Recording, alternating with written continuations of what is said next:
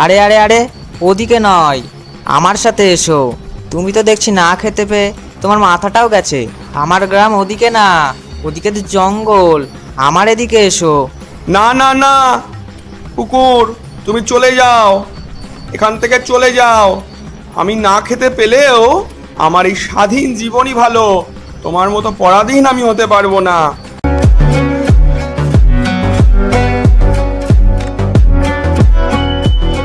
এক গ্রামে একটা লোকের একটা কুকুর ছিল।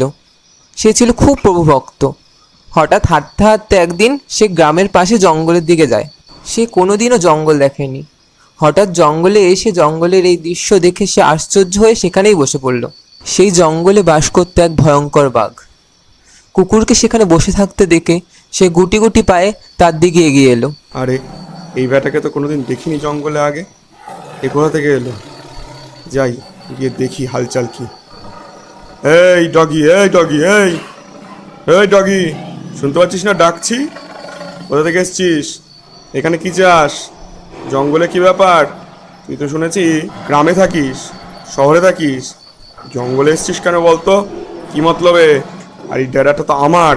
এখানে টেরিটরি ভাবছিস নাকি নিজের? আরে বাঘ মামা, আরে বাঘ মামা, তুমি এখানে কখন আসলে? আমি এখানে এসেছিলাম প্রকৃতির দৃশ্য দেখার জন্য। এই শহর গ্রামে ঘুরে ঘুরে বেড়াই, একটু প্রকৃতির দৃশ্য দেখতে এলাম। প্রকৃতির শোভা দেখতে এসেছিস? বাহ, ভালো ভালো। আমিও কোনোদিন ঘরে থাকা কোনো কুকুরকে দেখিনি। এই জংলি কুকুর দেখে দেখে আমার গা পচে গেল। খুব বদমাশ হয় ওরা। তা তোকে তো দেখে মনে হচ্ছে বেশ ভালোই, বেশ নাদুস নুদুস চেহারা। এরকম বানালি কি করে বলতো? সে আর বলো না, আমার মণিমামাই খুব ভালোবাসে এবং ভালো ভালো খাবার খেতে দেয়। আমি জানতাম বাঘ খুব মোটা সোটা হয়, কিন্তু তোমার শরীর এত শুকনো কেন? আর বলিস না রে, সে দুঃখের এক কাহিনী। মানুষজন সব বন কেটে দিচ্ছে, এই জঙ্গল তো কমে আসছে, আর আমার খাদ্যও কমে যাচ্ছে। কোনোদিন খেতে পাই, কোনোদিন খেতে পাই না। তাহলে তুমি এক কাজ করো, আমার সাথে চলো আমার মনিবের বাড়ি।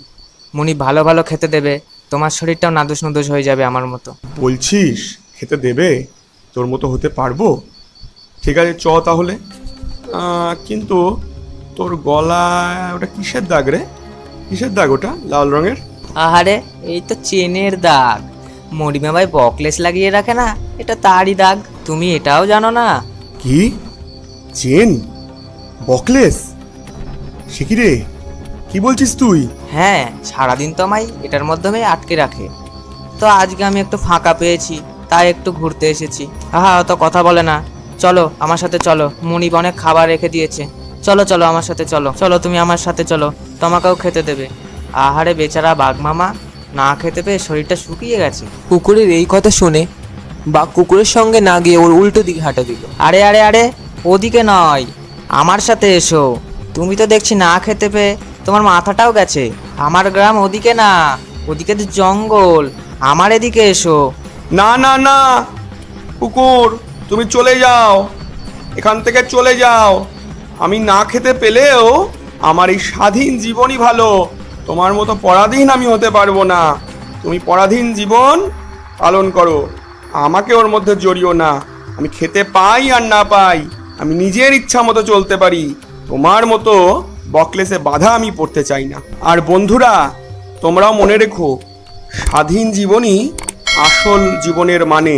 তোমরাও পরাধীন হয়েও না। আর এই গল্পটা ভালো লেগে থাকলে একটা করে লাইক, সাবস্ক্রাইব এবং গল্পটাকে শেয়ার করে দাও। আর বেল বাটনটা ক্লিক করতে একদম ভুলো না।